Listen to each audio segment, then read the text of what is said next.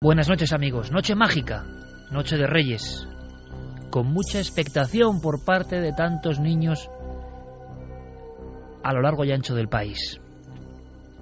Nosotros hemos pensado en un regalo misterioso, evidentemente, en una especie de ofrenda en esta noche de cosas imposibles que espero podáis disfrutar con todos nosotros, sea cual sea el lugar donde os encontréis. Hemos revisado los archivos, hemos buscado seguramente el libro más extraño editado en nuestro país que tiene que ver con el misterio. Porque podemos hablar de un libro maldito y no es tan antiguo, no es un incunable viejo. Podemos hablar de un libro que causó silencio, expectación e hizo que muchos se ruborizasen. Hemos desempolvado este ejemplar inencontrable para contar su historia y su intrahistoria. Porque todo lo que rodea este ejemplar que ahora está aquí sobre la mesa es un auténtico misterio. Un misterio digno de esta noche tan mágica y especial. Empezamos, como no, con una fotografía. Y yo os pido, de verdad, muchísima atención a todos los detalles. Porque este expediente que vamos a desvelar para todos vosotros en la noche de Reyes todavía sigue sin resolver. Todavía de alguna forma enfrenta a unos y a otros, e incluso dentro de los investigadores hemos detectado que no es un tema cómodo, no se habla de él con claridad. Sigue siendo un auténtico tabú. ¿Podemos decir esto? Sí, un tabú.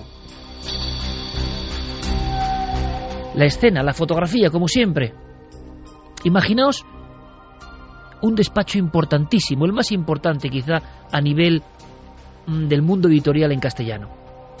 Estamos hablando de la gran editorial Planeta. Estamos hablando de personas que han editado prácticamente de todo, pero nunca nadie ha llegado con un encargo tan extraño.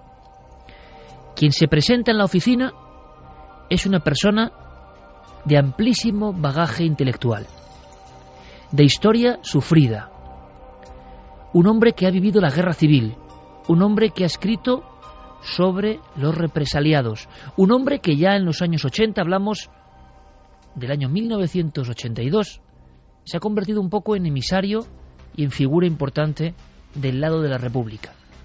Pero ese hombre trae un mazo de folios, 253. Ese hombre trae la crónica de una historia que ha vivido en primera persona. Ese hombre trae quizá la obra más increíble que jamás ha llegado a ningún despacho en nuestro país.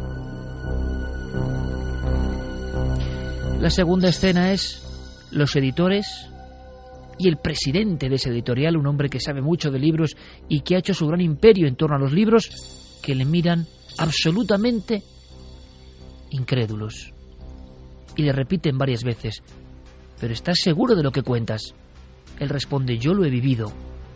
Se hace un silencio y le vuelven a decir: pero si publicamos esto que traes aquí, hundes tu carrera de tantos años, hundes tu prestigio de un plumazo, te sumerges en el abismo de los condenados. Y entonces esa persona que ibais a conocer de alguna forma, ese caso que íbamos a abrir para todos vosotros como regalo, esa persona se pone en pie, da un manotazo en la mesa y dice: de acuerdo, pero lo que hay aquí dentro es mucho más importante.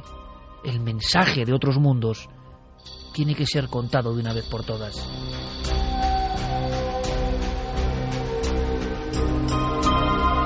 En junio de 1982 se editaba un libro maldito en nuestro país.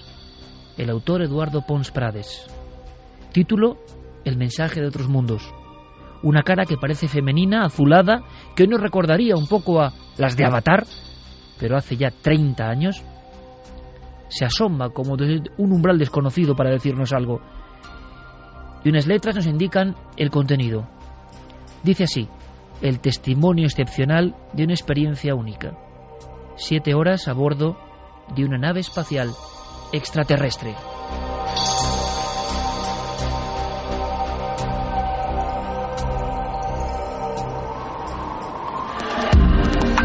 Nunca antes habías estado tan cerca de lo desconocido. Milenio 3. Cadena Ser.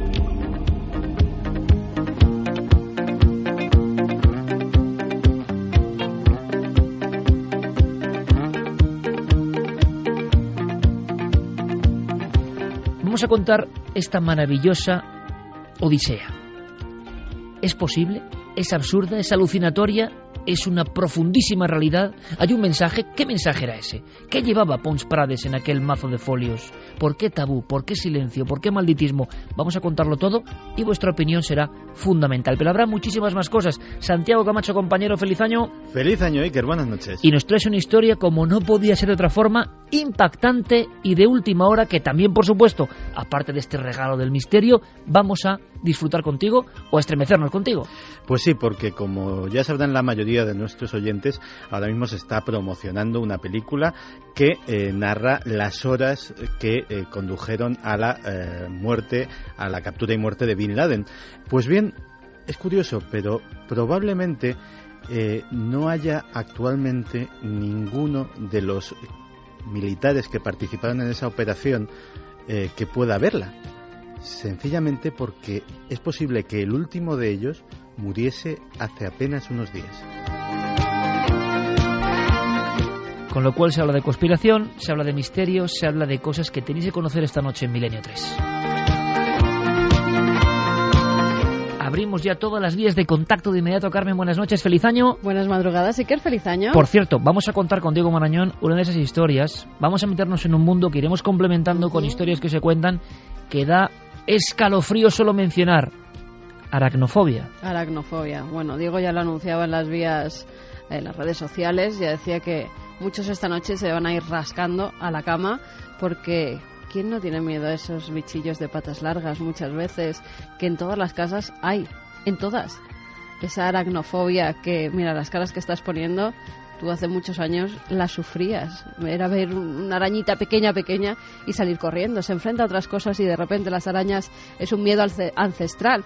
Ya lo decían muchos zoólogos, además. Ese miedo de cuando éramos monos a que nos picaran, aracnofobia. Bueno, pues Diego va a hablar esta noche sobre ello. Javier Pérez Campos nos va a hablar de otros animales que aparecen de vez en cuando, ni más ni menos que en las carreteras españolas. Alucinante lo que nos trae. Javi, feliz año. Feliz año, Iker.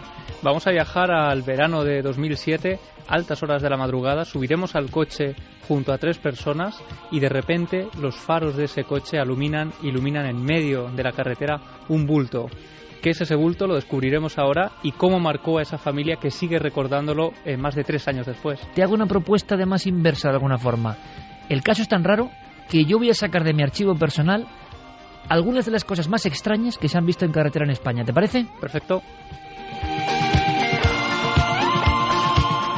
Javier Sierra, simplemente feliz año, compañero. Feliz año. ¿Por qué? Porque tú vas a hacernos semblanza y vas a ser casi el introductor y la voz que nos cuente la increíble historia de Pons Prades, porque Javier, una vez más, es que he conocido a Pons Prades. Preparaos para alucinar, amigos, y para opinar libremente. Para opinar, vías de contacto ya abiertas. Guillermo León tiene todo dispuesto. Sí, ya está la gente comentando el programa. Dice que tiene buena pinta, eso de 7 horas dentro de un Omni, que a ver qué pasa.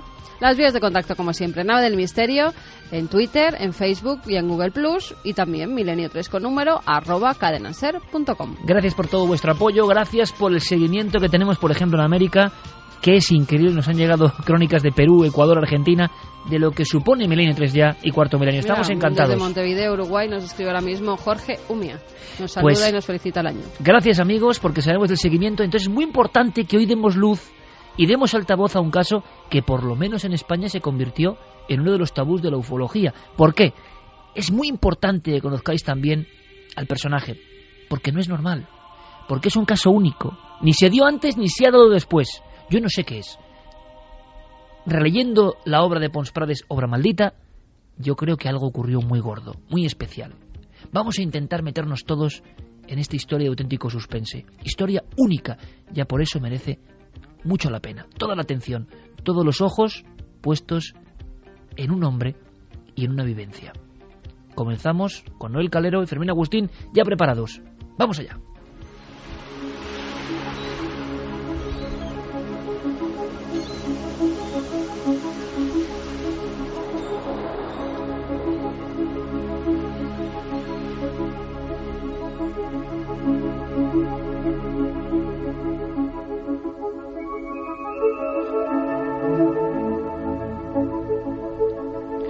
y 41. Javier y yo en la redacción hemos hecho una cosa, y lo vais a entender después. Buceando por Google Maps hemos llegado hasta un lugar que nos ha puesto los pelos de punta. Somos así, nos gusta la mítica. Por eso este relato es mítico. Un calvero, un claro en el bosque. Seguía exactamente igual. No había construcciones, una zona solitaria. Seguía igual y hemos sentido de verdad que se nos ponía la carne de gallina. Era como si los satélites nos reencontraran con un lugar donde ocurrió lo imposible, lo inefable, lo inconcebible, porque el caso es inconcebible. Pero claro, Javier, primer ladrillo de esta construcción tan anómala. Eduardo Pons Prades. Es que nunca un testigo de algo tan gordo como una posible abducción tenía este historial a su espalda. Eduardo Pons Prades es un personaje extraordinario. Para que nuestros oyentes se sitúen, él fue uno de los llamados historiadores de la historia oral de la Guerra Civil Española. Antes de publicar El mensaje de otros mundos, el libro que marcaría su vida y su carrera en 1982, publicó otro en Editorial Planeta de términos muy diferentes. Se tituló Guerrillas Españolas 1936-1960. Para construir ese libro, nuestro protagonista, Eduardo Pons Prades, recorrió 20.000 kilómetros por todo el país con su viejo coche, entrevistando a 3.000 personas, recalando en 742 pequeños pueblos y aldeas, y en algunos de ellos, contaba Pons Prades, pasó auténtico terror. De repente, en 1974-75, cuando todavía vivía Franco, llegó a pueblos de las serranías de Teruel, de Castellón, preguntando por los viejos maquis que resistieron, en fin, el avance de los nacionales durante muchísimos años, ya con el general Franco aquí, y contaba cómo al preguntar por esas personas que vivían todavía escondidas en cuevas o en lugares inaccesibles, sintió el auténtico terror, que percibió de alguna manera que su vida estaba poniéndose en peligro al adentrarse en lugares y en territorios prohibidos. Tenemos, por lo tanto, a un historiador. Un historiador. Seguramente al más reconocido de la historia de la República, con un sinfín de obras a su espalda y con un pasado que tiene que ver con la guerra. Ojo, porque esto puede ser importante, con el sufrimiento, con un hombre que ingresa en la CNT, que sería anarquista, o sea, la línea más dura de la izquierda de alguna forma. Sí, el retrato, la etiqueta sería anarcosindicalista. Él nace en el Raval, en el barrio de Barcelona, en 1920. Es hijo de sindicalistas valencianos. Tanto su padre como su madre fueron sindicalistas. A los 16 falsea su documento de identidad para alistarse en el ejército republicano y es entrenado como oficial de ametralladoras. Llega a ser sargento de ametralladoras, sargento mayor de ametralladoras, de la mano de Miguel Hernández, del poeta. Su vida está jalonada de episodios curiosísimos. Después de haber perdido las batallas del Ebro, de Brunete y de Guadarrama, y de haber visto la muerte a muy pocos centímetros de su piel, pasa a un estadio más intelectual. Forma parte de las primeras editoriales fuertes de este país que se atreven a publicar textos que habían sido prohibidos o reprimidos durante muchos años. Él es el jefe de producción de Alfaguara. Pero vamos a ver, estamos hablando de un historiador, de un fundador de Alfaguara, que administrador de la revista Cuadernos, que es una de las grandes revistas de la intelectualidad, claro, de la transición. Y además es muy importante, y doy estas pequeñas indicaciones o pies de página a los oyentes, porque estamos hablando de un hombre que vive desde la ultraizquierda de alguna forma, en un credo absolutamente materialista y racionalista. Y esta es la persona que se va a encontrar con lo imposible, y con un imposible que tiene mucho de onírico y quizá de místico también. En su discurso, que era muy vehemente, era un hombre que, en fin, cuando lo conocías, cuando establecías un primer contacto visual con él, te envolvía de palabras y de historias, en fin, casi nada más apretarte la mano. Sobre todo, había una serie de alusiones muy repetitivas que dan una imagen, yo creo que bastante correcta, de cómo era Eduardo Pons Prades. Una de las alusiones más repetitivas en ese discurso, en fin, que vomitaba contra cualquiera que lo conociera, estaba toda crítica contra la religión, todo lo que tuviera que ver con religión, con sectas, con creencias en lo trascendente, con espíritus, con el más allá. Todo aquello le provocaba urticaria. Era ultraescéptico, para que lo entendamos. Es como si un ultraescéptico máximo de hoy cuenta que de pronto, después de una experiencia, una noche que vamos a contar, viene con un mensaje de otro mundo porque ha estado dentro de una nave de otro mundo. Es increíble. Y él lo justificaba aludiendo a la educación en la que había crecido. Sus padres nunca le inculcaron la veneración por otra cosa que no fuera la libertad, el poder elegir siempre el camino propio sin atender a ningún gurú, bien sea político, religioso, social o deportivo. No veneraba nada de esto y su visión del mundo siempre fue muy libre. Siempre iba por libre y contracorriente, y no le importaba ir a contracorriente. De hecho, no le importó nunca. Cuando él comenzó a escribir sus primeros libros sobre la historia oral de la Guerra Civil Española, incluso muchos de sus editores le criticaban por ello, porque todos los colegas en ese entorno acudían a fuentes documentales, bibliográficas, archivos históricos, etcétera, pero no iban a preguntar a las víctimas, a los pobladores de las pequeñas aldeas que habían sufrido la represión de uno u otro bando, que habían perdido a sus familiares. Y eso, de alguna manera, configuraba un perfil, una personalidad muy única. En sus propias palabras, escucharemos cómo se forjó esa personalidad. Pero no olvide que yo soy hijo de anarquistas y me crié y me eduqué y me formé en escuelas racionalistas.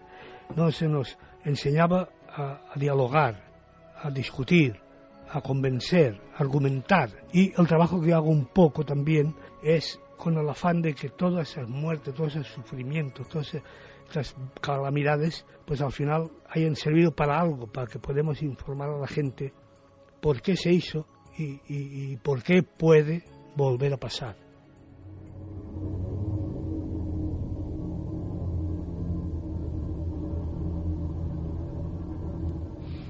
Pons Prades, su voz ya cerca de la muerte, su voz de veterano, lo habéis escuchado, de persona con más de 80 años, pero con tremenda lucidez. No se volvió ningún mesías, ni se volvió nadie que propagara mensajes extrambóticos. Le ocurrió algo, lo quiso dejar por escrito, y eso le acompañó de por vida. Y quizá hasta más allá de la muerte, quién sabe. Pons Prades era un hombre que estaba en las antípodas de cualquier tipo de creencia irracional. Vivencias en la guerra civil, escritor, historiador, y que se alinea con la más pura intelectualidad de este país, siempre de la margen izquierda, en este aspecto. Y de pronto él goza de ese revival lógico que viene con la transición, escribir aquellos libros de los represaliados republicanos que no se habían podido escribir, evidentemente, en los años 50 ni 60. Y ahí tenemos a un hijo del materialismo crítico y del materialismo como esencia de la vida. No hay ningún Dios, no hay ningún ser superior. Sin embargo, su actitud ante este caso es la de aquel que cae de rodillas ante una realidad que parece evidentemente infinita respecto a uno. ¿Qué le pasó a Pons Prades? No vamos a contar el caso en inicio, sino vamos a contar la repercusión de este libro, las 253 páginas, para después comprender lo que vivió en una carretera de Francia, en un lugar desolado, junto a ese calvero del monte que sigue igual. Una noche del 31 de agosto de 1981, parte hacia las 9 y se encuentra con lo imposible, con algo que cambiará su vida. Es más, Javier lo entrevistó hace más de 20 años. Nuestro compañero Pablo Villarrubia entrevistó a Pons Prades poco antes de su muerte. Estábamos viendo si podía venir a Cuarto Milenio y seguía firme en dos cosas. Vivió todo lo que contaba en el libro, estuvo 7 horas a bordo de una nave extraterrestre, tenía un mensaje para la humanidad y además, de alguna forma, después hubo silencio, tabú, después se vio envuelto de una especie de necesidad casi de borrar de su memoria, como vamos a comprobar, todo lo ocurrido. Empezamos nuestra investigación y has hecho algo muy importante, Javier, que es acudir a las fuentes, acudir a la persona que yo he descrito, que estaba en aquel despacho. Sí, la persona que estaba en aquel despacho de tu fotografía con la que hoy empezaba nuestro viaje en Milenio 3 se llamaba Rafael Borràs Betriu. Él es probablemente el editor histórico por excelencia de la historia de la literatura del siglo XX en este país. Probablemente sea también el mayor coleccionista de anécdotas, una auténtica enciclopedia de lo que ha sido el mundo de la edición en España. Fue director de Editorial Planeta entre 1974 y 1983, por lo tanto vive toda la transición. Casi nada, director de Planeta en la época más importante de nuestra historia. Es el director de la mítica colección Espejo de España, el hombre que invita e incita a hombres que han construido nuestra historia reciente, como Carrillo o Fraga, a redactar sus memorias, sus primeras memorias. En fin, es un personaje que pastoreaba a sus autores de alguna manera, que los acompañaba en todo el proceso creativo y de reflexión sobre su obra, y de él saldrán muchas de las grandes firmas que hoy en día siguen publicando y que son, en fin, grandes autores, ¿no? Bueno, pues Rafael Borràs efectivamente recibe la visita de Eduardo Pons Prades, con el que ya había tenido varias veces relación, incluso había sido editor suyo de algunas obras, a partir sobre todo de 1975. En 1975 es finalista Eduardo Pons Prades del premio Espejo de España, con un libro sobre los republicanos españoles en la Guerra Mundial, en la Segunda Guerra Mundial, aspecto del que Pons Prades era experto, porque él padeció también los rigores de la Segunda Guerra Mundial y persiguió a nazis en el Aude francés, en fin, que es un personaje de acción. Y de repente Eduardo Pons Prades llega al despacho de Rafael Borràs no con un libro sobre la guerra civil o la guerra mundial, en fin, los aspectos en los que él es un experto, sino con una idea que le ha saltado apenas unos días antes a raíz de una experiencia. Llega impresionado. No, él llega conmocionado, sabiendo que tiene en su cabeza, y luego contaremos cómo es esto, un mensaje que le han entregado, seres de otros planetas, con la misión de que sea confiado a toda la humanidad, no a los líderes mundiales, sino a toda la humanidad, y que ese hombre, Eduardo Pons Prades, este escritor, ha sido comisionado por esa civilización extraterrestre para entregar, ese comunicado. Aquello a Borràs le deja absolutamente perplejo. Él, que había editado y visto de todo en la transición española. Sin duda, pero lo que no se podía imaginar es que ese hombre, que bebe de las fuentes del racionalismo y del materialismo más absoluto, de repente esté contando historias que tienen que ver con extraterrestres, con vida en otros mundos, con un platillo volante que él ha tenido la oportunidad de visitar por dentro. En fin, no se esperaba eso, y para él es un shock. Bueno, Rafael Borràs, fíjate que han pasado muchos años de aquello, y estamos hablando del año 82. Rafael Borràs, que ya está retirado del mundo de la edición. Y que le agradecemos muchísimo el esfuerzo, porque es una persona ya veterana. Totalmente. Bueno, pues él recordaba perfectamente, además utilizo su mismo término, perfectamente aquel encuentro y aquel impacto con Pons Prades, y esta misma noche nos lo contaba así. Se presentó un día en la editorial y me dijo que había sido abducido en una nave. Como usted comprenderá, mi sorpresa fue grande. Me planteó la posibilidad de publicar un libro. Le pregunté cuál era el mensaje. Los extraterrestres le habían confiado, y me quedé tan patidifuso que no me atreví a montar el contrato. Lo llevé a ver a José Manuel Lara Hernández y le dije: mira, José Manuel, aquí está Eduardo Pons Prades, que ha sido abducido en una nave y que tiene un mensaje para la humanidad. Tú decidirás. Y para mi sorpresa, Lara Hernández dijo: pues muy bien, haz un contrato.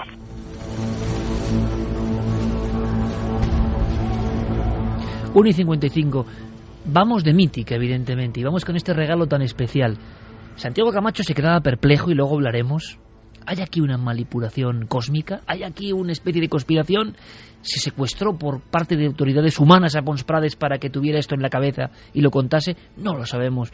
Pero esta escena que acaba de contar el veteranísimo Rafael Borràs Betriu, quizá el editor más importante de España en la época clave de España, es la muestra de que llegó ese hombre, primero conmocionado, como decía Javier Sierra, y segundo, con el encargo más extraño que nunca hubiesen imaginado.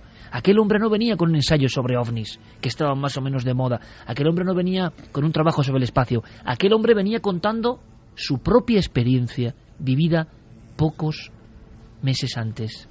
Se había encerrado enfebrecidamente a escribir sin parar, para intentar comprender lo que le había pasado. No había la menor duda Pons Prades además comenta, no bebía, no jugaba, no se había acostado nunca con una prostituta, lo dice textualmente, no era amigo de las veleidades, dice eso en concreto como para decir, así éramos nosotros en el aspecto casi estoico, y sin embargo en mi vida se cruza esto. Él escribía a mano sobre cuartillas, llenó cientos de cuartillas en los días siguientes a aquella experiencia y con aquel material sabía que podía armar una memoria de lo que había sucedido. No le costó recordar los detalles de lo que había protagonizado en esa madrugada que después describiremos del 31 de agosto al 1 de septiembre de 1981, porque, según él decía, los propios extraterrestres le habían marcado a fuego, palabra por palabra, aquella conversación de varias horas que él tuvo con 7 seres de otros mundos en el interior de una nave extraterrestre. Y ahora imaginamos a Borràs, que no se atreve a hacer el contrato, el que contrataba a los autores, que sube a la planta noble, escena siguiente de nuestra foto en de la inicio, calle Córcega de Barcelona. y ni más ni menos Lara, es decir, el hombre que había levantado ese imperio por criterio para editar los libros. Y entonces dicen que adelante. Sí, se planteaba una diatriba realmente particular. Pons Prades era ya un historiador del bando republicano que tenía prestigio, tenía una serie de obras tras de sí que habían sido importantes, títulos, en fin, tan contundentes como Los que sí hicimos la guerra, o Españolis en los maquis franceses, verano de 1944, Los derrotados y el exilio, en fin, obras muy punzantes sobre un aspecto muy determinado de la guerra, y ante los editores de Planeta se planteaba la diatriba de si este libro se iba a convertir en la tumba de Pons Prades como historiador, en fin, que él perdería totalmente su credibilidad al hablar de esto, o que estaban, por el contrario, ante probablemente el libro de más éxito que podría tener la editorial en su historia. Y en esa discusión, en esa diatriba, en esa reflexión, Rafael Borràs se vio bien implicado y lo recuerda también muy vívidamente. Cuando a mí Lara me dijo, públicalo, yo lo publiqué. Y pensé, hombre, un señor como Pons Prades, que tenía su prestigio de luchador antifascista, de historiador, de haber estado en la resistencia francesa, este señor dice, yo he sido abducido, yo tengo un mensaje. Pero pues pensé que el libro tendría un eco que evidentemente no tuvo. Que evidentemente no tuvo, el mensaje de otros mundos, el testimonio excepcional de una experiencia única, 7 horas a bordo de una nave espacial extraterrestre. Ni con ese título ni con ese reclamo. ¿Qué pasó? Bueno, se han dicho muchas cosas en esa escena, en esa reunión. Parece ser que incluso Lara dice, yo te lo publico, pero sepultas toda tu historia, todo tu prestigio. Lo curioso, y sirva como dato para navegantes, es que Pons Prades, después de experiencia y después de este libro, siguió publicando libros, siguió publicando cosas, y su última obra en la esfera de los libros es un tocho documental de los republicanos en los campos de concentración de Alemania, poco antes de morir. Monumental, es decir, él no se convirtió en ningún tipo raro, pero mantuvo hasta el último de sus días que eso es lo que le pasó. Pero eso parece que es un borrón, y ahora vamos a hablar de inmediato. Es más, Carmen, hemos buscado referencias, había una leyenda en torno a esto, y apenas hay un solo recuerdo del libro El mensaje de otros mundos, que por supuesto es una obra inencontrable. Yo quiero agradecer aquí públicamente a Javi Pérez Campos, que me consiguió el libro, porque yo había sido incapaz de conseguirlo en no sé cuántos años. Es un incunable que tenemos aquí y que realmente no se encuentra. Es decir, es como si todo el mundo que hubiese comprado ese libro, más o menos críptico, se lo hubiera guardado un muy buen recaudo. No hubo más ediciones y vamos a saber por qué, vamos a intuir por qué. Y segundo, cuando muere Pons Prades hace apenas 5 años, en todas las necrológicas, el gran historiador de los republicanos, el gran historiador de la izquierda española de la Guerra Civil, nadie menciona un libro, uno solo, El mensaje de otros mundos. ¿Por qué tanto silencio? ¿Quién ha borrado como si fuera el nombre de un faraón en la historia este título. Hemos buscado, Carmen, ya ha habido algunas sorpresas. Sí, ha habido algunas sorpresas porque la verdad es que hay muy pocas referencias en lo que se guarda en las hemerotecas de los principales diarios españoles. La verdad es que se habla mucho de Pons Prades, pero todo sobre la guerra civil, sobre lo que vivió, algunos artículos suyos de opinión, muchos reportajes que hablan sobre la guerra, sobre sus libros.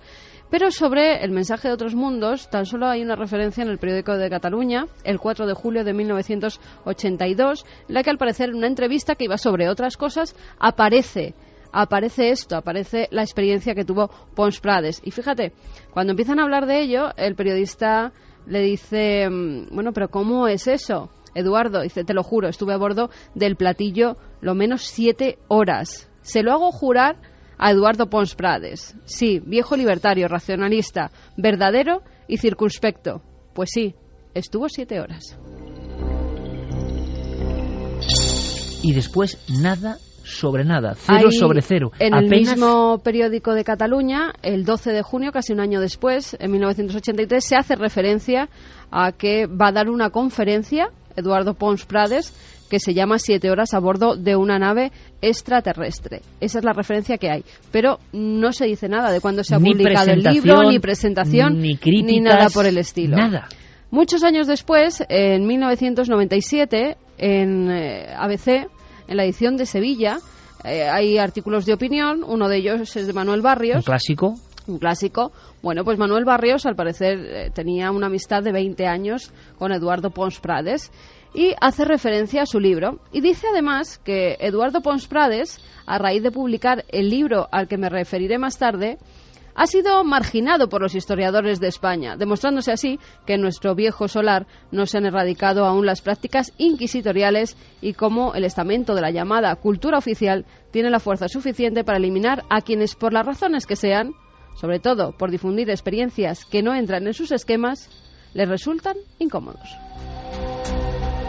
Pues Manuel Barrios, todo un maestro de la comunicación, hablando de que la Inquisición intelectual había matado a Pons Prades, año 97, por el pecado de escribir ese libro.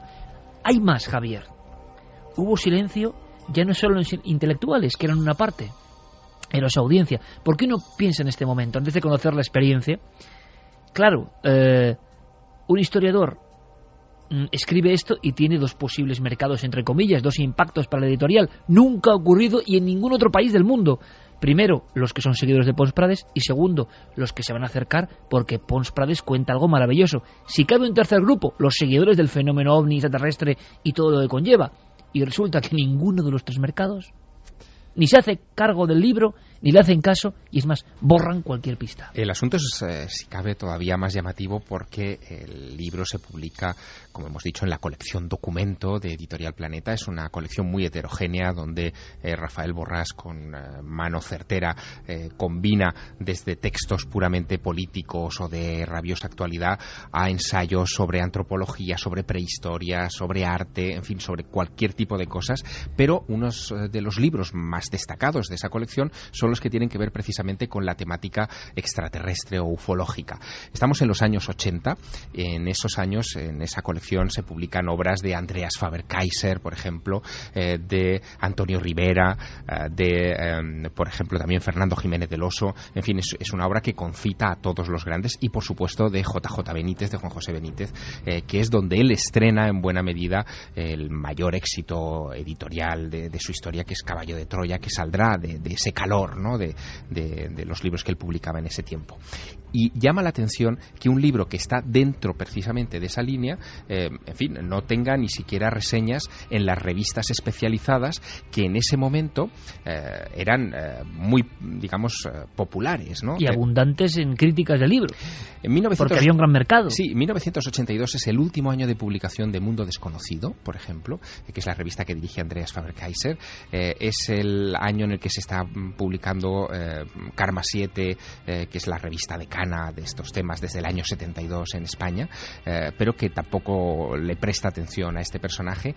Y también hay una publicación que se llama Contactos Extraterrestres, especializada. Que le va el pelo, o sea, hablar de esta historia. El gran historiador resulta que es un abducido y un contactado, o sea, era para dedicar un número entero, ¿no? Exactamente, y el director de esa revista, que después tendrá una larga trayectoria en la prensa española especializada, es Enrique de Vicente, y Enrique de Vicente, como buen amigo nuestro, ha sido una de las primeras personas a las que hemos llamado para recordar si el libro tuvo o no el eco que merecía, y esto es lo que nos contaba. Si repasáis las revistas de ufología de la época, no vais a encontrar entrevistas con Pons Prades. En aquel momento yo dirigía la revista Contactos Extraterrestres y la verdad es que no nos molestamos en entrevistarle. Nadie investigó el caso. Estamos pensando aquí todos, amigos, y espero que vosotros también. Y tenemos las vías de contacto, melinotras@cadenaser.com, y en Twitter y en Facebook y en Google Plus, Nave del Misterio, como siempre, Guillermo, con toda vuestra opinión. Si alguien sabe algo de por qué este tabú, o ha estado en el lugar, o tiene algún dato, quién sabe, es la noche para comentarlo. Os estamos regalando un libro, es nuestro regalo extraño, ¿verdad?, esta noche de Reyes. Regalaros el alma de un libro inencontrable y un libro extrañísimo, y quizá por eso verdadero, quién sabe, o en parte verdadero, que destila algo muy especial.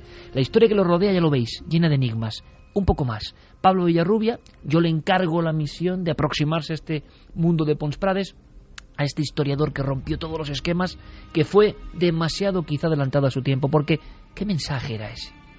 ¿Qué le dijeron los seres de esa nave? Pablo Villarrubia tuvo varias entrevistas con él y se quedó muy impresionado. Estaba ya a punto de morir Pons Prades y seguía firme, absolutamente firme en su creencia. Aquello había sido no una experiencia más. Él, que había vivido la Segunda Guerra Mundial y la Guerra Civil, él dice en el libro, y lo decía después, que nada en su vida llegaba a la suela de lo que le había pasado en aquellas 7 horas en un oscuro descampado entre Francia y España con una nave de otro mundo. Es muy fuerte. Escuchamos a Pablo. Lo curioso es que después de publicar una primera edición, no se publicó una segunda, aunque lo quisiera Pons Prades. Parece que hubo algún tipo de presión contra él. No se sabe exactamente de dónde vino esa presión, pero no quisieron que se publicara una segunda edición de su obra, que es tan rara hoy en día de encontrar. 2:09. Viajemos en el tiempo. ¿Qué le pasó a ese hombre? El 31 de agosto de 1981, hacia las 9 de la noche, Pons Prades regresa hacia España. Ha estado unos días en Francia, concretamente en un hotel que ya no existe, el Hotel de los Tamarindos, cerca de Prats de Molló. Estamos en una zona fronteriza entre Cataluña, de alguna forma, entre Gerona, la parte norte de Gerona, y Francia, pero que tiene áreas de absoluta desolación, que no hay nada ni nadie, solo inmensas matas boscosas. Él tiene previsto una ruta. Conduce un Opel GT, un extraño modelo de aquella época. En cierto momento gira en contradirección. No sabe por qué, nunca se lo explicará. Ahí empieza esta historia. Algo le guía hacia una especie de revueltas de la carretera. Se desvía por otra más secundaria, la antigua Nacional 115 en esa zona. ¿Quién le obliga a ir por ahí? Es absurdo, es un lugar incluso peligroso, ya cae la noche. En un instante, en una de esas curvas que tiene forma de C, sale por un terraplén, por un camino forestal, y se adentra poco a poco en la zona del Alto Vallespir. Hay un momento en que ya ha perdido completamente la visión de las carreteras y de los focos de otros coches. Se ha metido él solo, sin saber por qué, llamado por algo, impresionado por algo, conducido por algo, él que no ha creído nunca en nada, hacia una zona que ya es absolutamente casi selvática de alguna manera. Se queda con el coche al ralentí y de pronto se le apagan los faros y el motor. ¿Os imagináis la escena?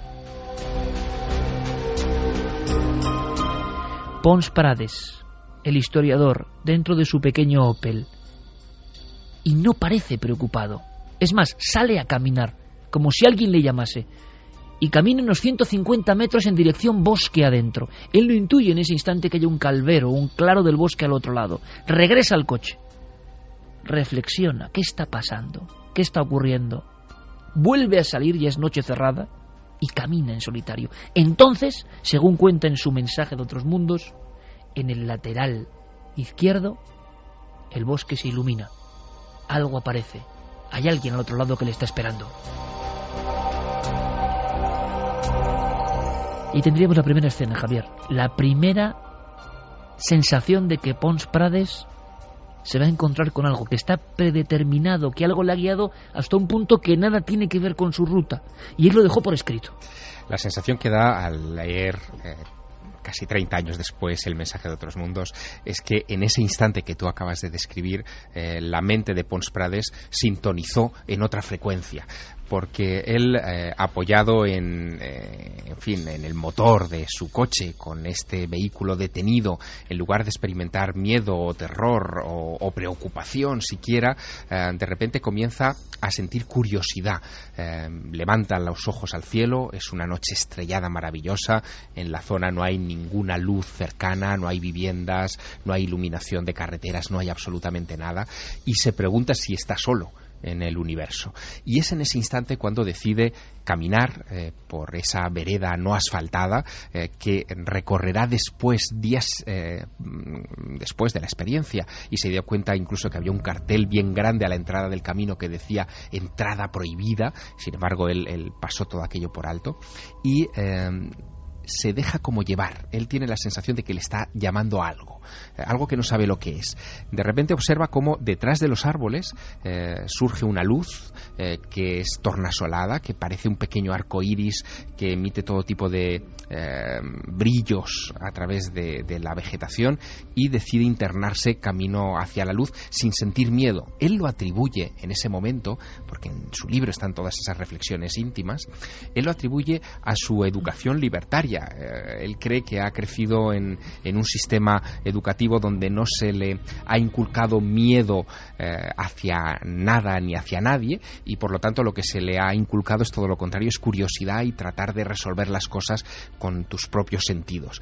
Camina hacia la luz, y cuando está enfrente de la fuente de luz descubre que todo aquello procede de algo que está suspendido a unos centímetros del suelo, enorme, que parece un vehículo, no ha visto nada parecido en todos los días de su vida, e impresionado redacta de esta manera sus impresiones. Tardé poco más de 1 minuto en llegar a las lindes de un prado, que era donde nacía la luz, y desde allí empecé a distinguir la silueta de una enorme nave espacial de unos 50 a 75 metros de anchura. La luz salía de la parte de arriba y de la parte baja de la nave, así que salté del camino al prado y me quedé como encantado durante unos segundos. Al tiempo que los 2 anchos haces de luz se apagaban lentamente, oí una voz en correcto castellano con un tono cantarín algo musical que me dijo: «No temas, acércate, por favor». Entonces, con la mayor naturalidad del mundo me acerqué a la nave, cuya base estaba iluminada ahora por un potente foco de luz blanca y rosa que salía por una puerta abierta en su bajo vientre, de la que no tardó en emerger una especie de rampa. Me dirigí hacia allí y apenas llegué al pie de la escalerilla, me detuve y alcé la vista, percibiendo en la puerta una forma corporal alta, envuelta por una especie de halo multicolor. En el acto volví a oír la voz: «No temas, sube a nuestra nave. Deseamos hablar contigo». Una escena arquetípica, absolutamente vivida en otras ocasiones por diferentes personas en el mundo y en diferentes estratos del tiempo, pero claro que no encaja precisamente con este tipo de testigo. El testigo menos apto para contar esto lo está contando. ¿Qué pasa a partir de este instante, Javier? A partir de este momento, ¿qué va ocurriendo?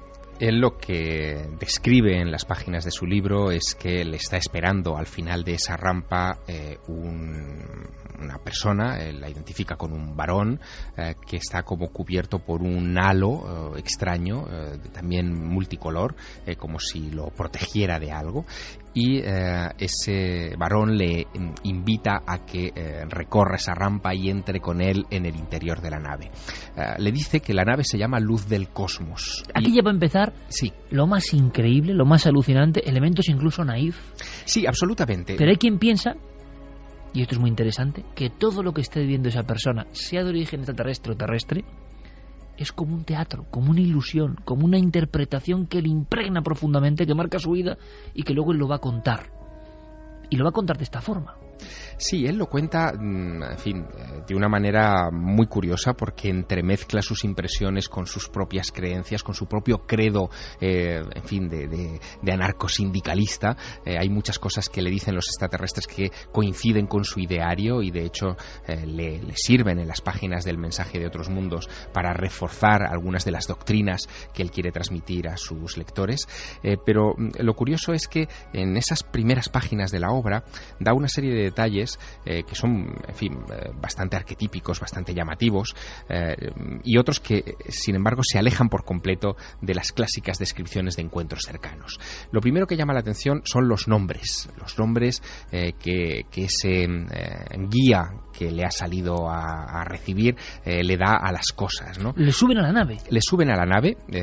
Él en ese momento recibe la información de que esa nave tiene este nombre propio tan poético de luz del cosmos.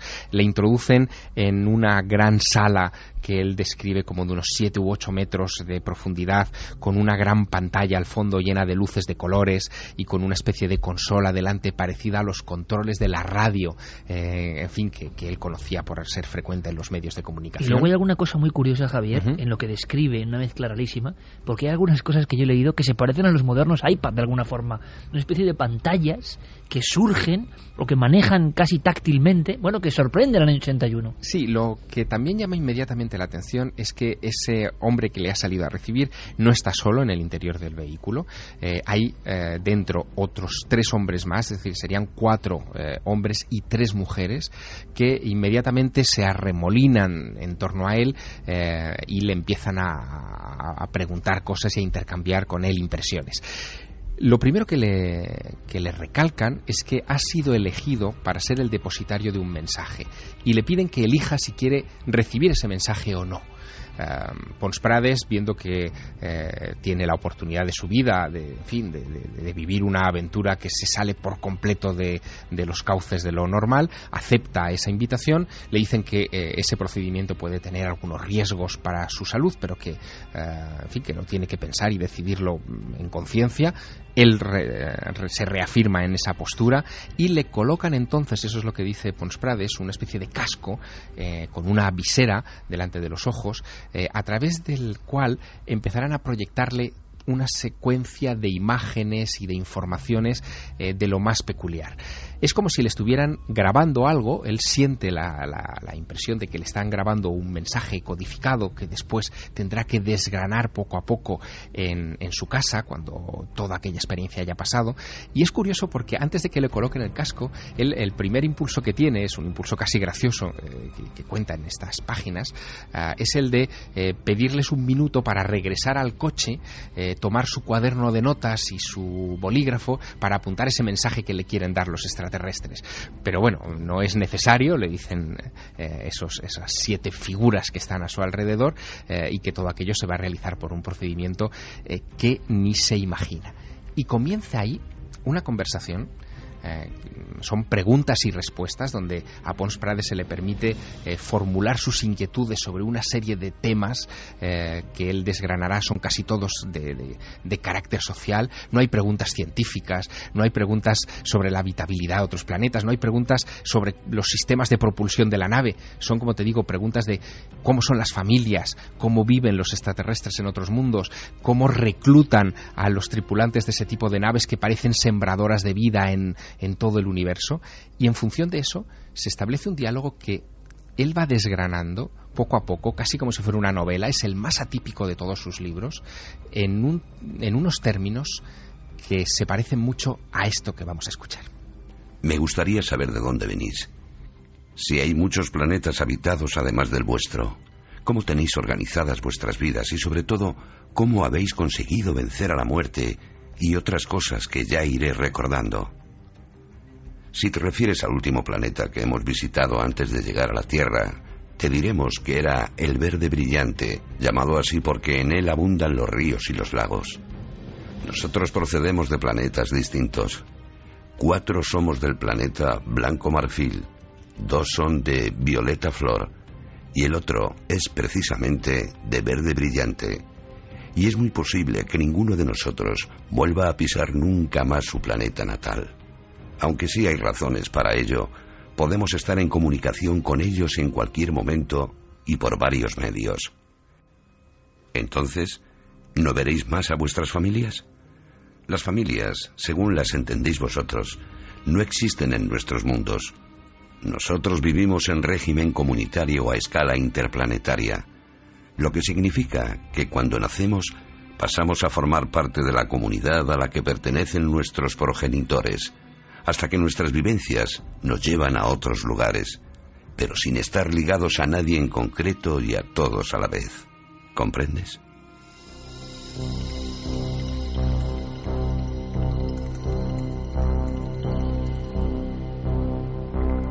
Ahora muchísimos amigos en España y en el mundo estarán diciendo, ¿pero qué es esto? ¿El historiador de la República vivió esto de verdad? ¿Lo contó como una novela? No. De novela nada. Una historia real que le marcó profundamente, hasta ser ninguneado y casi borrado del mapa porque se convirtió en un hereje. Santi, aunque sea brevísimamente, y casi para que Javier descanse un poco y nos cuente más escenas. ¿Te suena esto? Se ha hablado de casos como el de Frank Fontaine en Francia y otros, donde se creyó, ojo, que una agencia de inteligencia bien preparada, en un lugar más o menos asilvestrado y observando bien a la víctima, podía generar esta especie de teatro esperando luego un impacto. ¿Te suena? ¿Es posible? Sí, de hecho la hipótesis de la intervención humana o de la causa humana en el fenómeno de la abducción es muy antigua, y de hecho hay documentos desclasificados que apuntan en esa dirección, incluso algunos datos de regresiones hipnóticas de algunos abducidos que, por ejemplo, ellos recuerdan el momento en el que vieron al platillo volante, pero cuando son abducidos lo primero que ven es un helicóptero militar. Y de repente como que eso, cuando son hipnotizados, lo primero que ven es un helicóptero militar.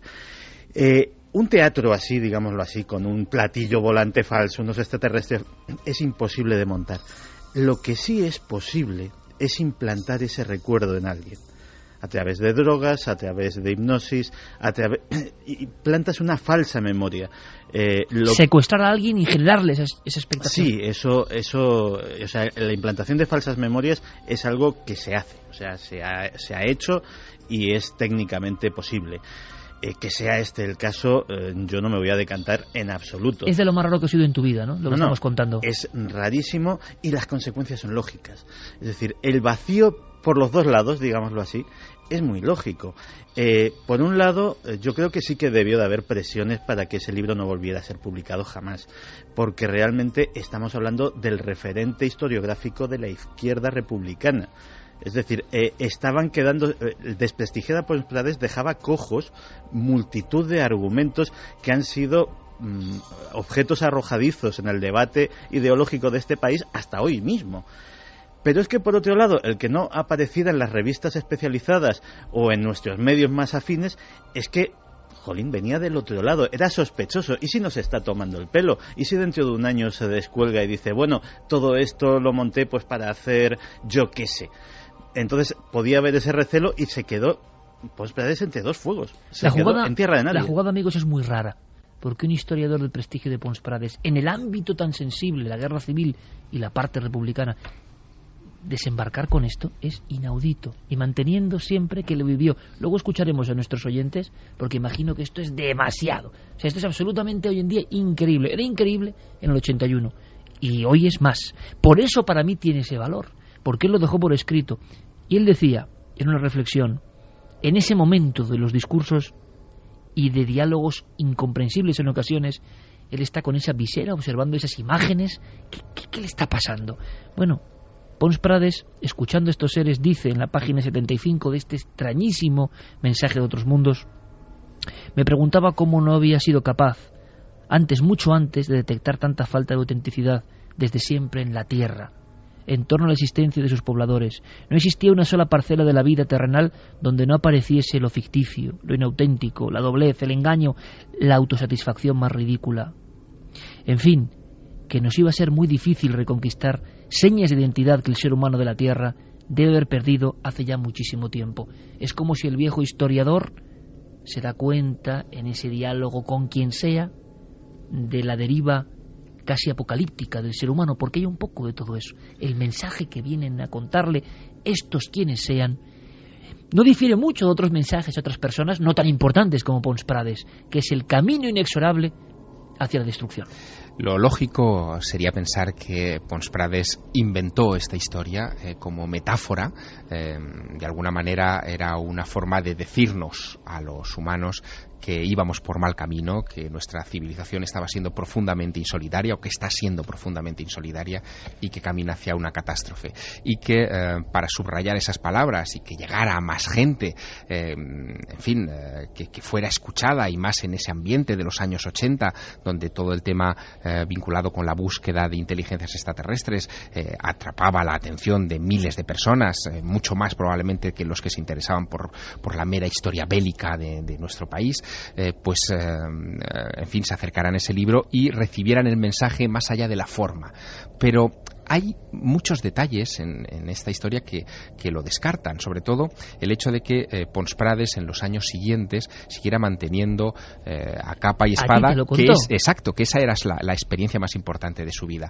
Supongo que tuvo que enfrentarse a la incredulidad de sus personas más allegadas desde el minuto uno, ¿no? Por ejemplo, su mujer es historiadora, o era historiadora, Antonina Rodrigo, granadina, probablemente es la biógrafa por excelencia de María Pineda y de otros personajes importantes de la historia. Y que su marido le contase esto después de un viaje en el que ella se había quedado en Prats de Molló, en ese hotel que tú describías al principio, y había dejado a su compañero irse solo, pues debió de ser, en fin, un tanto desconcertante, ¿no? Sin embargo, fíjate, Pons Prades consigue algo que a mí me parece meritorio y que desconozco cuál fue el cauce, y es el hecho de que le prologase la obra a Antonio Rivera. Antonio Rivera era la referencia, digamos, de la ufología tradicional, de la historia de la ufología en este país. Él escribió en 1966 un libro titulado El gran enigma de los platillos volantes, que era un poco la Biblia de este misterio. Y Antonio, que nunca había accedido a prologar libros de esta naturaleza, mucho menos de contactados, de gente que decía que había hablado con extraterrestres, etcétera, accede a prologar este. Accede a prologarlo poco después de publicar un texto suyo que se titula Secuestrados por extraterrestres, donde habla de abducciones, de personas... Es un fenómeno nuevo, realmente. Exacto, de personas que dice que han sido secuestradas y llevadas al interior de los ovnis en contra de su voluntad.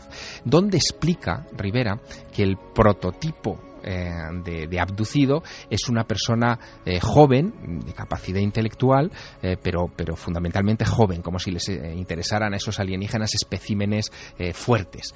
Pons Prades, cuando tiene esta experiencia, acaba de cumplir 61 años. No es un jovencito, ni muchísimo menos. Luego se sale de ese cauce. Y además el mensaje que él recibe, y ahora entraremos en el mensaje, el que da título al libro, es un mensaje más vinculado a grupos como la Fraternidad Cósmica de Eugenio Siragusa u otros grandes contactados de aquellos años, que no a los abducidos que han sido llevados contra su voluntad al interior de un ovni. Pero hay algo más increíble en todo esto, sí, es increíble. Este ultrarracionalista y materialista resulta que habla de estos seres, bueno, como lo más maravilloso, lo más increíble, lo más supremo, lo más alucinante. Es más, luego contaremos alguna frase. En un momento dado, él se siente muy triste porque le gustaría haberse marchado con ellos para siempre. Y cuenta que no hay sensaciones, no ha conocido sensaciones. Y ojo, Pons Prades, después de este texto, tiene ni más ni menos que 25 años de publicaciones absolutamente científicas, asépticas y historiográficas sobre la República. O sea, sigue publicando, no se vuelve loco, sigue publicando y sigue contando sus cosas, aunque el vacío que le han hecho con este libro es como si lo hubiesen quitado de su bibliografía. Pero él habla como la persona que ve a la Virgen, de alguna forma. Él habla con esa postura de sentirse muy inferior respecto a esos seres que no parecen humanos, desde luego. Es más, como bien dice Javier Sierra, imaginad a la esposa. Imaginad a la esposa historiadora. Ella dice lo siguiente en la primera página del libro. A ti, dice Adolfo Pons Prades, te habían ocurrido siempre cosas extraordinarias, pero esta sin duda es la más fantástica de todas. Aunque sea brevísimamente, Javier, antes de ir al mensaje, lo que le dan, el legado, ¿qué es lo que más le impresiona a Pons Prades? Todo lo que ve ahí dentro. Si pudiéramos hacerlo casi esquema. Bueno, él le hace muchas preguntas a estos 7 tripulantes de la nave Luz del Cosmos, y una de las cosas por las que le pregunta es precisamente por esos abducidos de los que hablábamos hace un minuto, ¿no? Y esta gente se justifica porque después de haberle dado una serie de nociones sobre cómo ellos siempre actúan en libertad, no condicionan nunca a nadie, de hecho, buena prueba de ello es que a él le piden permiso para introducirle ese mensaje en su cerebro, no se le imponen con ninguna clase de resistencia. ¿Cómo se justifica que ellos estén secuestrando, ellos o otros como ellos, a seres humanos en todo el planeta, como se publican en los libros de ese tiempo? Y ahí viene una explicación muy curiosa que impacta muchísimo a Pons Prades. Le dicen que muchos de esos secuestros en realidad son rescates. En momentos determinados hay personas o grupos de personas que están en riesgo de muerte por lo que fuere, y que ellos intervienen, los sacan de allí y los colocan en otro sitio para salvarles de una agresión o de una muerte cercana. Y cuenta Pons Prades en ese libro que estos extraterrestres le dicen que algunos de esos casos él los conoce bien, que hay un incidente en la guerra civil en la frontera también con Francia, de un grupo de soldados franquistas que están a punto por azar de encontrarse con unos fugitivos republicanos, un grupo de familias que no tenían armamento ni nada con lo que poder defenderse, y que en ese instante ellos intervienen y secuestran a ese grupo de familias y se los llevan a su planeta y los tienen en hibernación. Eso le impacta mucho. Hay una nota incluso al final del libro donde describe este detalle con mucha vividez. Y luego hay otro aspecto que también le sorprende, le llama la atención, que es una descripción casi de película. En esas imágenes que le proyectan hay una en la que bajo un claro de luna ve varias naves saliendo del fondo del mar. Él intuye que es el Mediterráneo, pero no sabe dónde exactamente. Una escena tremenda. Y esos visitantes le dicen que se trata de una playa de Almería, donde él puede ver inmediatamente a un grupo de extraterrestres que tiene una morfología humana, pero hay cosas que las distinguen de los humanos: el tipo de ojos, el tipo de rostro alargado, de mentón prominente, de extremidades algo más alargadas, que salen con mochilas a la espalda del interior de la costa almeriense, acompañados de familias y de seres humanos que le dan abrazos y les despiden mientras ellos... Como si les conociesen. Exacto, como si les conociesen. Ellos embarcan en esas naves y desaparecen perdidos en las estrellas. ¿Cabe algo más raro en esta historia? Sí. Y me vas a permitir, Javier, para concluir y que nos cuentes el mensaje y que cada uno lo interprete, y escucharemos los mensajes vuestros de nuestra audiencia. ¿Hay una cosa más rara? Sí. Es el único caso que conocemos en el mundo, y lo vamos a colocar antes, Javier, si te parece, antes del mensaje, en el cual, regresando a su ciudad natal, viviendo toda esta cosa increíble de 7 horas de información dentro de esa nave, Pons está tan impresionado que se marcha al psiquiatra y se levanta acta de su estado mental, de lo que cuenta el psiquiatra y de un análisis pormenorizado por parte del psiquiatra para evidenciar que no está loco, que no ha consumido ningún tipo de estupefaciente. O sea, es un hombre tan racional que lo primero que hace es: no me van a creer, voy directamente al psiquiatra. Y tenemos el documento, ese acta del psiquiatra que impresiona. Vamos a escucharla, si os parece. Es un documento único en la historia del misterio español, antes de saber qué le grabaron en la mente a Pons Prades, qué tenía que contarnos Pons Prades a la humanidad. Este es ese documento médico que impresiona. Barcelona, al 6 de octubre de 1981. Certificado del doctor Josep María Reguant i Gili, psiquiatra. Declaro que el día 1 de septiembre de 1981, a las 4 de la tarde, me fue solicitada consulta por el señor Eduardo Pons Prades, anunciándome que el tema en cuestión era de suma importancia. La consulta tuvo lugar a las 9 horas del mismo día, manifestándome un encuentro en el Pirineo catalán, no lejos de Prat de Molló, con los tripulantes de una nave espacial llegada de una galaxia lejana. Me refirió también los contenidos de las conversaciones que sostuvo con algunos de los citados tripulantes, quienes le confiaron la transmisión de un mensaje para los habitantes de la Tierra. Sus relatos fueron coherentes, lógicos y detallados, advirtiéndose en el citado señor una actitud vital consecuente con un hecho especialísimo y con la consiguiente reacción emocional, propia de un fuerte impacto.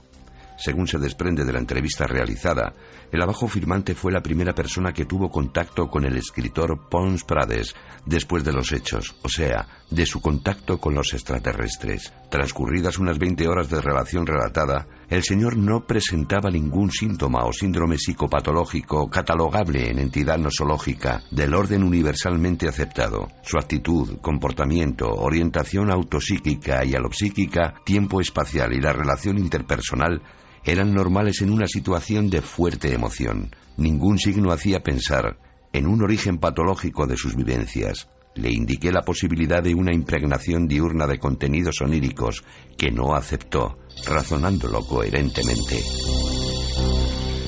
Un psiquiatra, nombre, apellido, documento, la consulta al día siguiente del encuentro con un emocionadísimo e impactado Pons Prades. Como sabemos, la realidad profunda del misterio es que tiene un contenido psíquico hondísimo, que marca de por vida, que el resto quizá no podemos saber lo que ocurre, y quizá haya fragmentos de realidades construidas, de realidades interpretadas, no lo sabemos, pero desde luego nunca un testigo de un acontecimiento de este tipo había ido a un psiquiatra colegiado al día siguiente para que extendiese acta.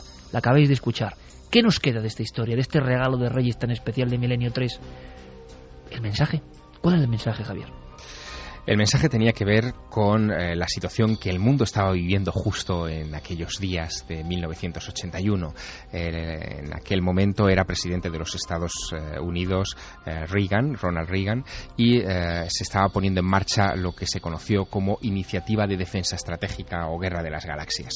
El año 81 además marca la consolidación de los vuelos de los transbordadores espaciales, del Columbia en este caso, que adquieren, en fin, ocupan las primeras páginas de las portadas de todo el mundo. Se trata de vuelos aparentemente de investigación científica, pero en aquellos días se sospechaba, sobre todo por parte de la Unión Soviética, que podían tener algún tipo de relación con esa idea de Reagan de colocar un escudo, en fin, de satélites que pudiera controlar el mundo desde el espacio.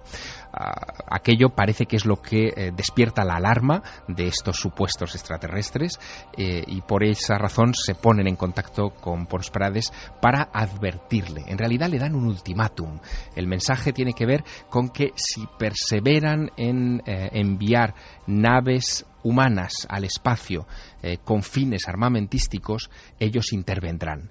Le cuentan a Pons Prades que nunca han visto nada parecido en ningún planeta de la galaxia de los que ellos controlan, que ninguna otra civilización había osado a enviar armas de destrucción masiva al espacio, tener prevista el envío de armas de destrucción masiva al espacio, y que por lo tanto, dado que esto ponía en peligro el equilibrio cósmico, se verían obligados incluso a congelar, y cito palabras textuales, la vida en el planeta Tierra.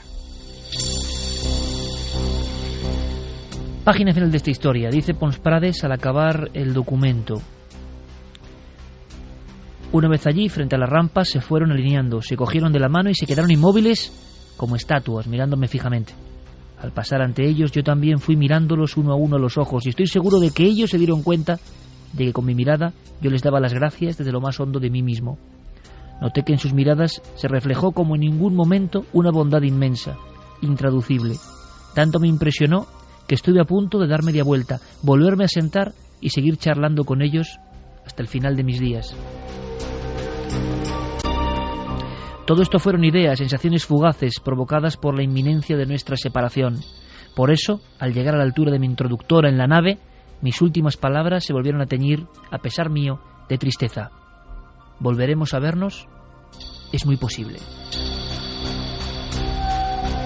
Pero que sepamos, Eduardo Pons Prades, el historiador de la República en España, nunca se encontró de nuevo con los seres de esa nave del cosmos, luz del cosmos, esos que le dieron el mensaje a otros mundos en 1981, esos que condujeron a ese libro que dejó pálidos a los directores de Planeta porque no entendían nada de lo que estaba ocurriendo.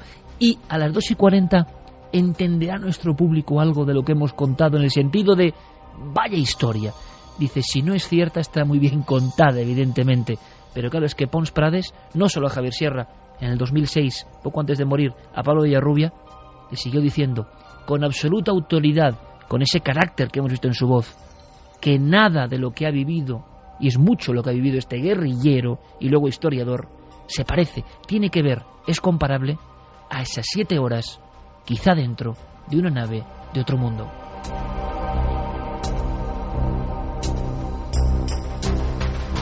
Pues mira, en referencia a eso, Ángel nos comentaba que hace unos meses pudo por fin hacerse con esta joya de libro, después de andar tras él muchos años. Y lo que son las cosas, se lo compró a un librero que fue amigo personal de Pons Prades.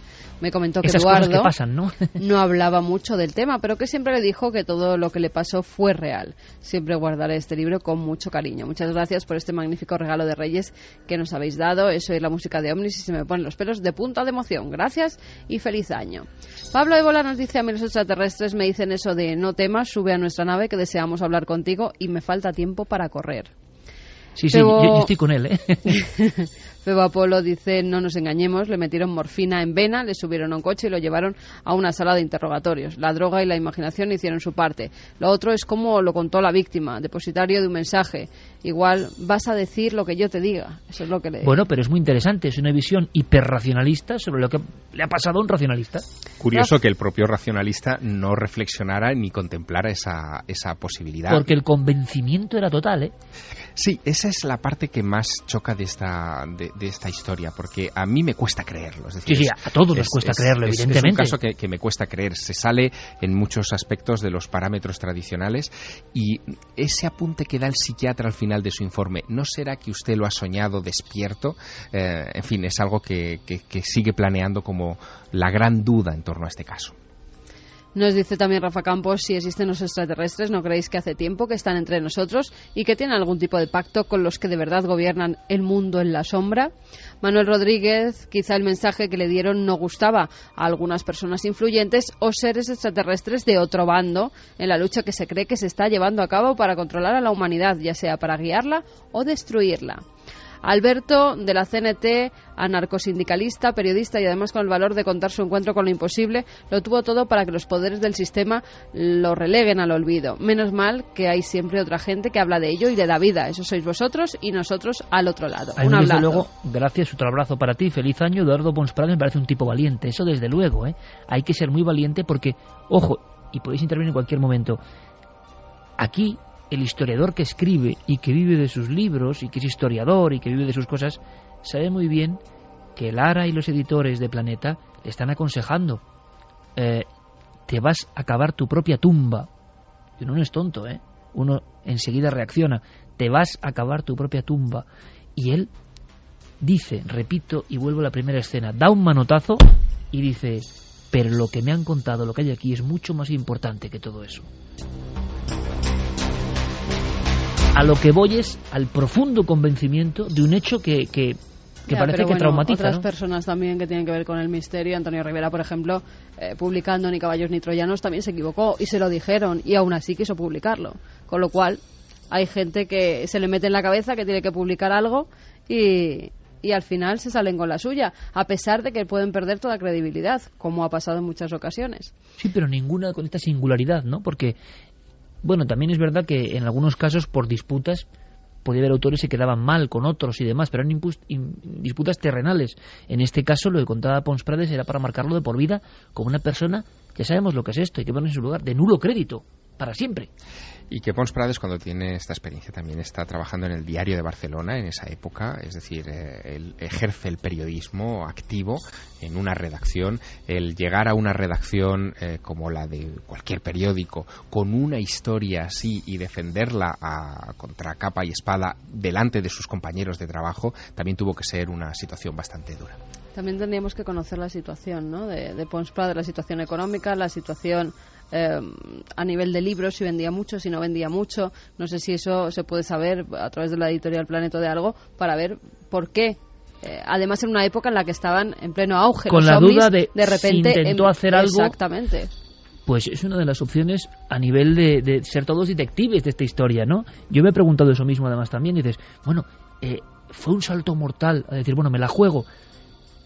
Parece muy raro que él, con el mal resultado del libro o la nula difusión del libro, es esa página que no se entiende muy bien, que nadie le hace ni caso a una bomba de relojería como esta. Es más, Javi, yo creo que hemos sondeado y sin duda creo que es uno de los libros más caros, más buscados, los poquísimos ejemplares que hay, ¿no? Tiene algo este libro en su interior que no sabemos qué es, ¿no? Es muy complicado de encontrar, efectivamente. Es un libro que, por las características que tiene, siendo un libro de 1980, un libro que aparentemente no cuenta nada demasiado extraño, y siendo una tirada, sí que es cierto que es muy complicada, ¿no? Porque es solo una primera edición, pero con las características que tiene, se ha llegado a vender por 100 euros y más de 100 euros en algunos portales y sitios de internet donde se venden libros de segunda mano. Que son libros de Planeta fáciles de encontrar, la mayoría, menos este, ¿no? Parece que El silencio envolvió incluso un poco la vida postrera de este libro. A mí lo que me llama la atención también de este caso es que no estamos hablando de un Quijote harto de leer novelas de caballerías, ¿no?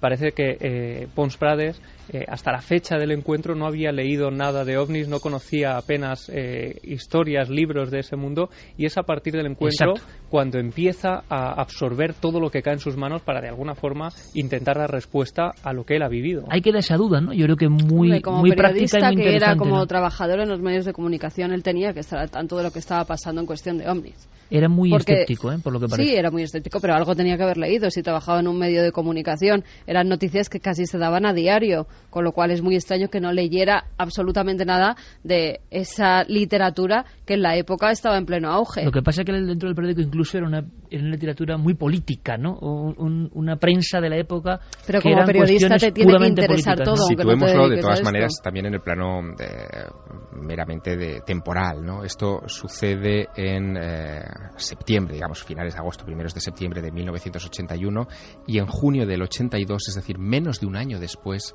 el libro ya está en las librerías.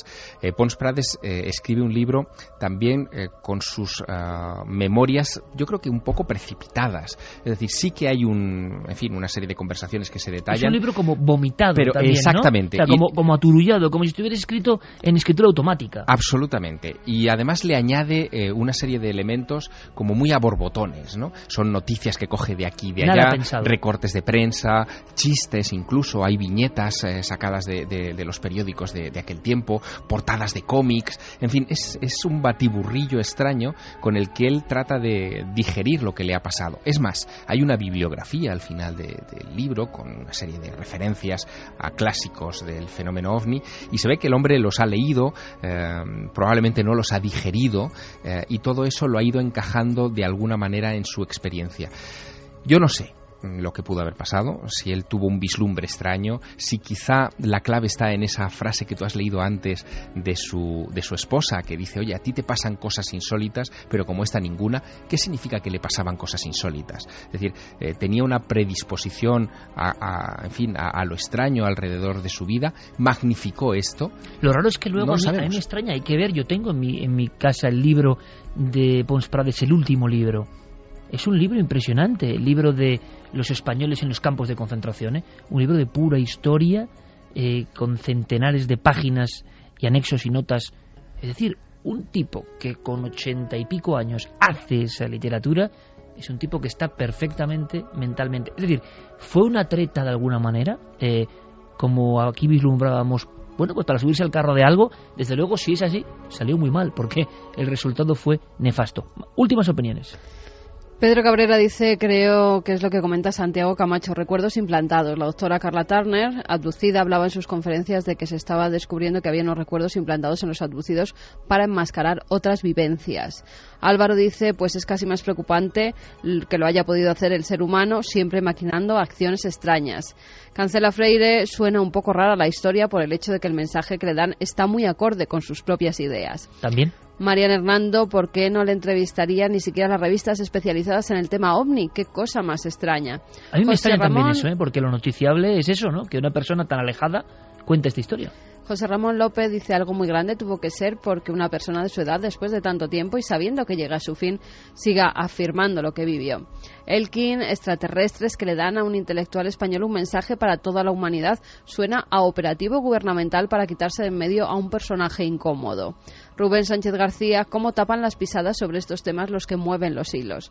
Gisela Interesante, Sánchez, porque esto, Carmen, motiva todo tipo de opiniones y a mí me interesa. Te voy a pedir, Santi, que te quedes un poco más con nosotros para contar lo de Bin Laden a la siguiente hora, que es interesantísimo, pero es que esto genera, me parece, en mi opinión, he tirado aquí casi como si fuera un poltergeist a distancia, me parece que hay unos elementos tan extraños que van al fondo del misterio que hay en torno a los ovnis o a quienes manejen el teatro ovni, que es mucho más raro, ¿no?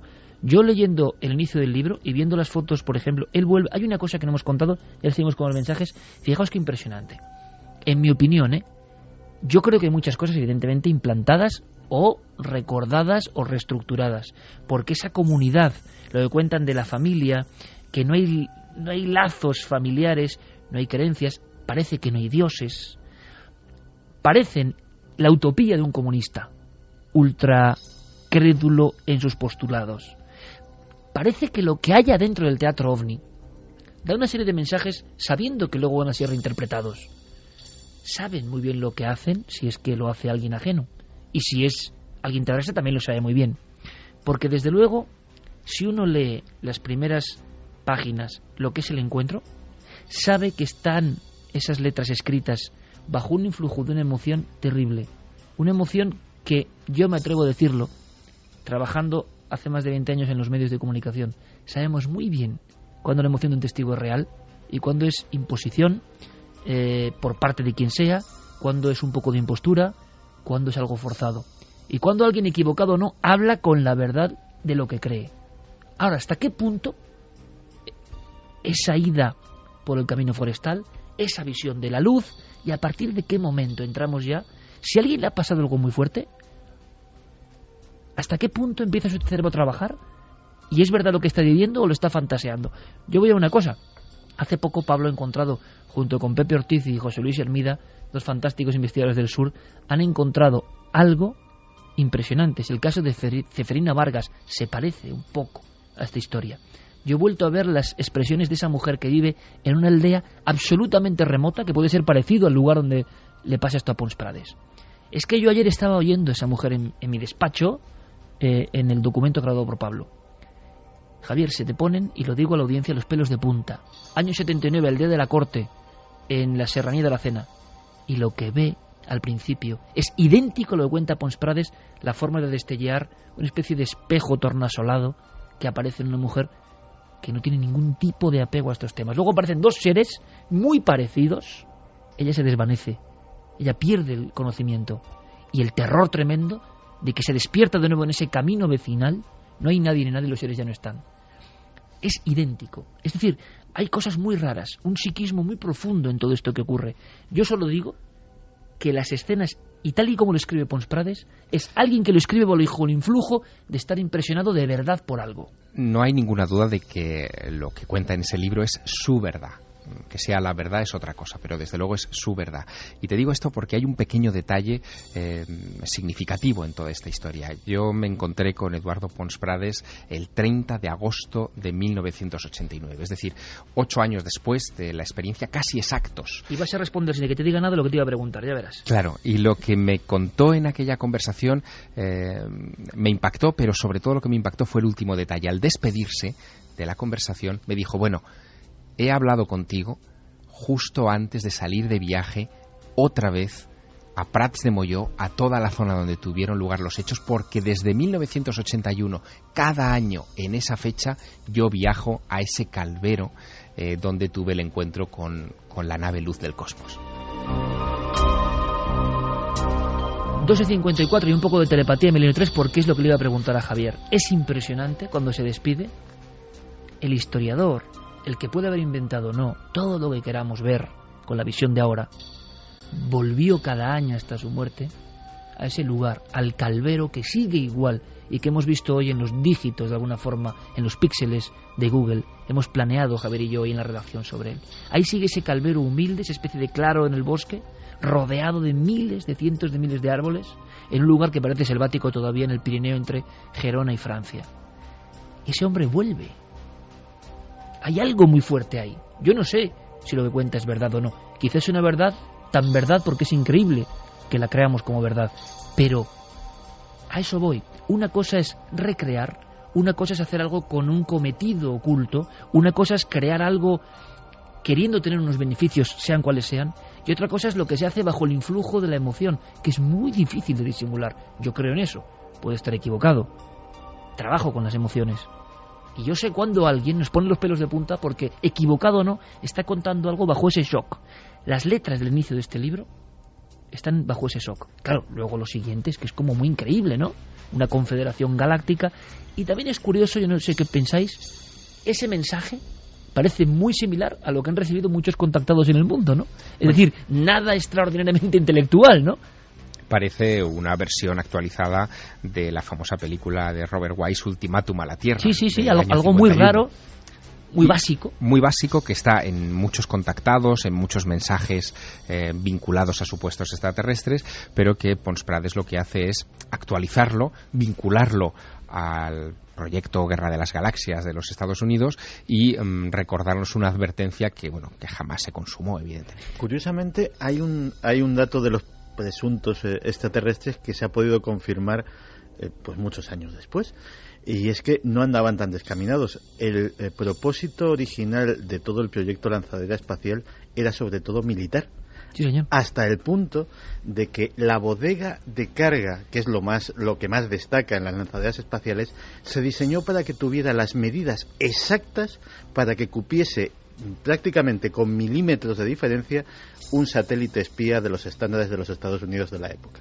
Y quizá no tenga nada que ver, pero pocos años después del encuentro se desvaneció la posibilidad de guerra en las galaxias entre las dos superpotencias, ¿no? Imagino que Pons Prades reiría satisfecho. Acabamos con los mensajes, los más importantes, por supuesto, los de nuestra audiencia. Gisela nos decía, dejó de tomárselo en cuenta como historiador para tomarlo como un loco. José Ramón López, no sé cuánto de verdad habrá, pero algo hay. Se ve mucha seguridad y no se ven muchas incoherencias. Mucho ocultismo para ser teatro. Dark Boss, los casos de abducción a veces son poco creíbles, pero el de este señor tiene algo que da seguridad. Coco Fernández, buenas noches a todos. Bueno, este era un mensaje de Reyes. Dice, si veis a 3 sombras por el pasillo, no os asustéis. No son humanoides, ¿no? No son humanoides. Eugenia nos decía, buenas noches milenarios. Pons Prades escribió también Un soldado de la República, que se publicó en Círculo de Lectores. Un gran libro, si quieres un poco excesivo en datos y por tanto un poco pesado, pero un gran libro. Por eso parece tan raro lo que contáis. Porque no era un fabulador que escribiese en plan literario. Puro dato, pura bibliografía. Pues mira, entre los mensajes está, yo creo que casi al 50%. Gente que no se lo cree para nada y que piensa que es una invención o tal vez un experimento que se hizo con él, y gente que se lo cree a pies juntillas. Es muy interesante, Carmen, ¿sabes por qué? Porque al mismo tiempo que el testigo de estos hechos interpreta a su modo con lo que le compone, con lo que son sus células y creencias, el oyente, nosotros mismos, cada uno nos creemos libres, pero estamos interpretando respecto a nuestros prejuicios, nuestra cultura. Para algunas personas es imposible, por lo tanto, no se lo pueden ni plantear. Para otros es más que posible, y quizá en el término medio, como decía el sabio, esté la justa verdad. Javier, gracias una vez más por este regalo de Reyes, esta vuelta que hacemos de vez en cuando a la pura mítica. Espero que lo hayan disfrutado, de verdad. Nosotros, yo por lo menos, muchísimo. Sigo buscando los libros de la colección Documento. Mi retina se sigue fijando en ellos en las librerías de viejo. Y es que efectivamente de los viejos libros salen todavía grandes historias. Esa es la lección de esta noche. Como este regalo. Gracias, Javier. Pues que tenga un libro de Pons Prades, El mensaje de otros mundos, como lo ponga a venta. Ahora va a haber lo hemos revalorizado, el mensaje de otros mundos. Ahora viene el mensaje de la historia de Bin Laden y los hombres que han desaparecido, los que le buscaban, que de verdad. El tema de las arañas, en fin, preparaos. Y lo que nos tiene que contar Javier Pérez Campos, circularemos por extrañas carreteras con extraños encuentros. Va a ser emocionante. Aquí seguimos en Milenio 3, ahora toda la atención para nuestros compañeros con las noticias. Milenio 3.